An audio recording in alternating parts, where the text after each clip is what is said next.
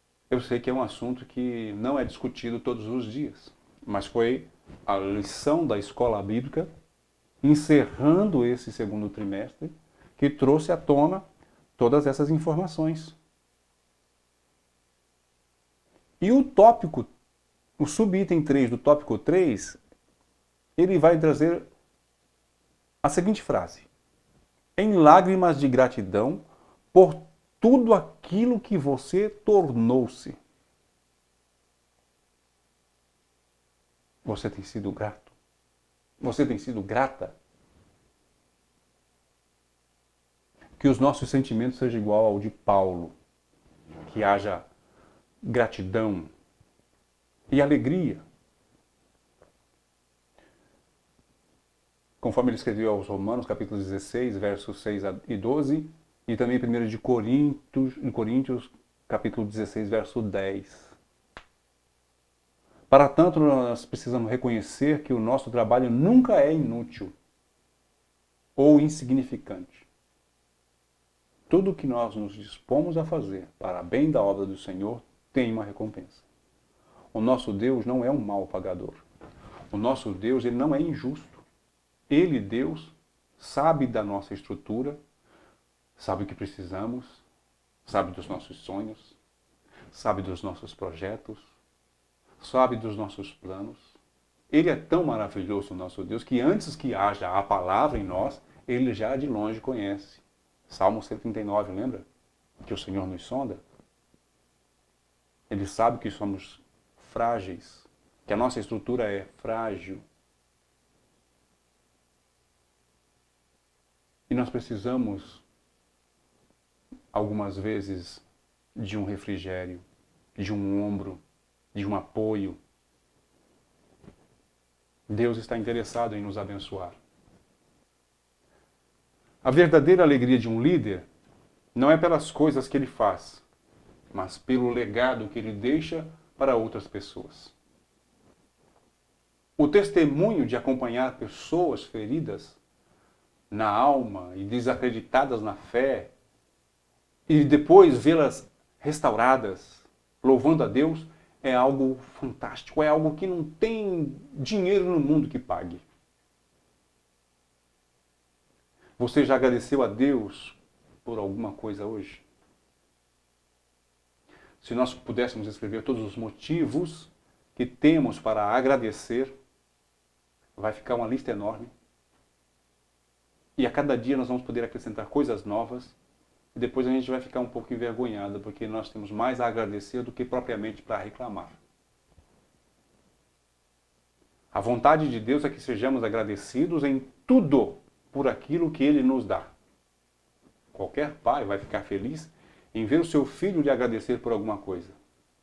Faz um exemplo. Você que é filho, agradeça ao seu pai por qualquer coisa que ele lhe fizer. Você vai ver o sorriso estampado no rosto dele por um gesto tão simples. Assim também é Deus. Quando você é grato, você alegra o coração de Deus. Mesmo que as coisas estejam correndo como a gente não quer, nós sempre teremos motivos para agradecer a Deus. E concluindo a nossa aula, o melhor jeito de se despedir de um grupo, de deixar algo por legado, um bom trabalho feito, é sabermos que fizemos com amor. E tudo que estava ao nosso alcance nós fizemos com amor, para a glória de Deus. Nós precisamos, cotidianamente, uns dos outros. Líderes e liderados precisam uns dos outros. E nós precisamos reconhecer o nosso papel dentro do reino de Deus. E trabalhar. Trabalhar para que cada dia se cumpra a vontade de Deus nas nossas vidas. As responsabilidades e os créditos que Deus nos dá. Deus tem fé que nós possamos desempenhar grandes coisas para o seu reino. E nós precisamos desempenhar. E acredite, o Senhor é que vai fazer por nós aquilo que nós somos incapazes de realizar. E eu deixo aqui uma frase que está na lição. Façamos algo pelo reino de Deus. Façamos urgente algo pelo reino de Deus. Meus irmãos, foi um prazer enorme estar com vocês. Deus os abençoe. Fiquem na paz do Senhor.